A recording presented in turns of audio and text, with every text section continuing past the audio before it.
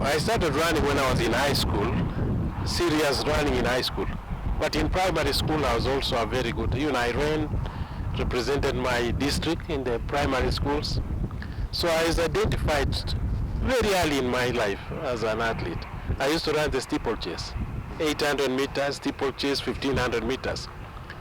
So when I was in high school, I broke the national record in the steeplechase in 1977. Well, some of us were. Yeah, you are not born. Yes. So when I broke that national record, I was targeting to get a scholarship in the US, which I did. I was given a scholarship to go to the university in the US. And I didn't think running was going to be a career. I was seeing it as something, I get a scholarship, go to school, and then maybe come back and be a teacher, maybe do some serious work. Yeah, when after graduating in 1984, when I went to college, I competed in college, and I was very good. I was doing well, enough to maintain my scholarship. And then in 1984, when I graduated, I joined Adidas. Adidas gave me a sponsorship, and I end up now running road races. I ran some road races, very major road races in the US, like the Bay to Break. A Bay to Break has 120,000 athletes running there. Wow, that's a lot. Yeah, a lot of athletes. And another one called Spokane. These are the races which really changed my life. The Bay to Breaker, the race in Seattle called Spokane. I won the 12K there, and it opened the doors for me. People identified and really advised me to run the marathon. I didn't think I was good in the marathon, and I didn't even think of myself running in a marathon. But I trained with the assistance of Adidas, and then I went to New York. And I won New York in 1987.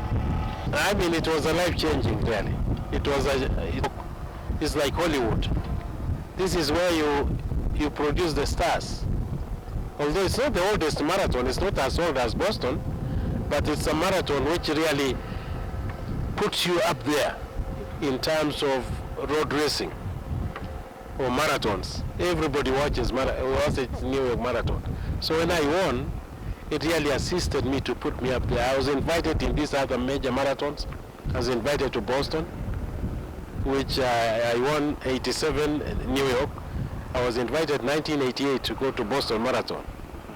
I went there, and I really, because I had won the New York, I didn't want to lose the Boston Marathon, so I prepared well.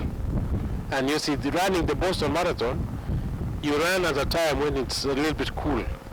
So the place where I was training, it was almost the same hills, the same terrain as the Boston Marathon. So Boston really was a race I prepared very well, and it was so conducive to what I was doing in Albuquerque. Approximately how long? Yeah. You see, for me, during my time, and this time it's a little bit different. You see, during my time, I trained 6 months to run a race. Before I really became so big, winning the Boston Marathon and New York, I was running so many races, which sometimes is not good, because you tire, you get overused. But once you hit that big one, then now you can afford to train for 6 months to run another one. So my major races were only 3, 2 big ones and another one in Honolulu. So I was training 6 months to a race. But the way it is now, they train seriously every day. For me, I was training twice a day, but not that serious like now. The guys who are training now, they train. If you go to Kipchoge, Eliud Kipchoge, and you go through his training, those guys really, they do a lot of work compared to what we used to do. Why? My time I was doing more, but you see the number of very serious athletes who are there. Like for example, I was in Kenya. We had only 2 guys. It was me and Douglas Wakiuri, and a few who are doing well at that level. And this is why I ran in 1987, broke the national record. running 208. And then 1992, I came and broke my record, which was another 208. But now they're running 208. You can't even place. You go to a serious race and you cannot even make that money. But 208, my time, You can't even be invited. they invite you maybe to be a pacemaker, maybe to really, so it's serious now. It was serious during my time, but the intensity was not that high like the way they are doing. You to be in that class of the Hall of Fame. Anyways, every race, every major race, they induct people into their Hall of Fame. And they sit a panel sits, and then they analyze, and they have parameters or the criteria which they normally use. So for them, the board to sit and consider me, because during my time they were talking about the decades, the five decades, 10 years, 10 years, 10 years. I think first of all I must thank my parents and the area I come from, the background I had, because you run, most of the athletes, you know, they run, and it gets into their head, and then the little you get, once it gets into your head and you didn't have a very good background, you end up now complaining and using whatever you have earned. You are not investing it well, and then you start blaming everybody. You start blaming the community now that they are not really taking care of you. It starts from you.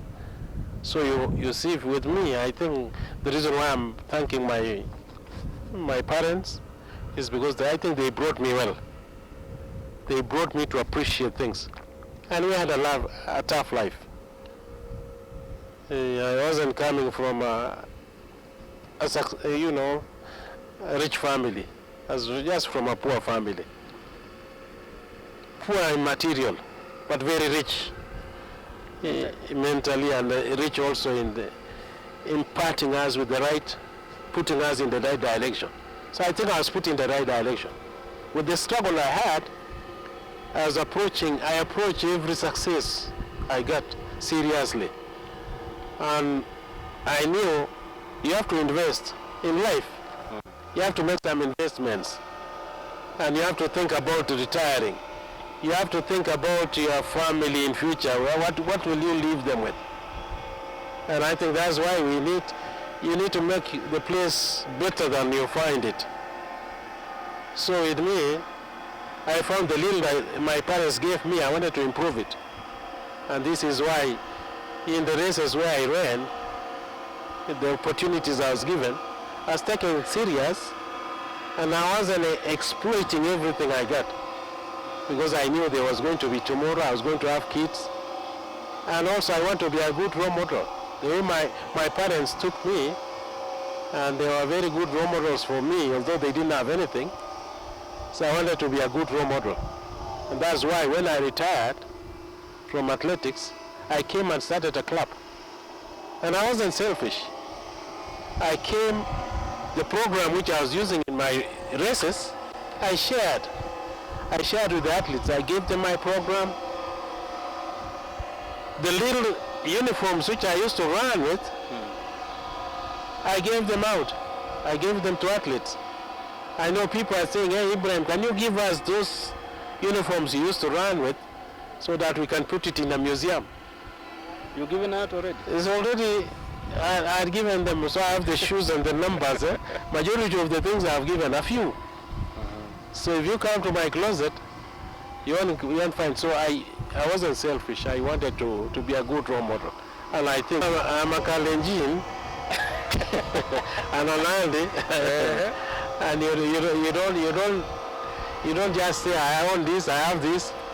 The ones that people see. You see, even I'm now the proprietor of Lobo, and in that Lobo place, I invested in 1990s, early 90s.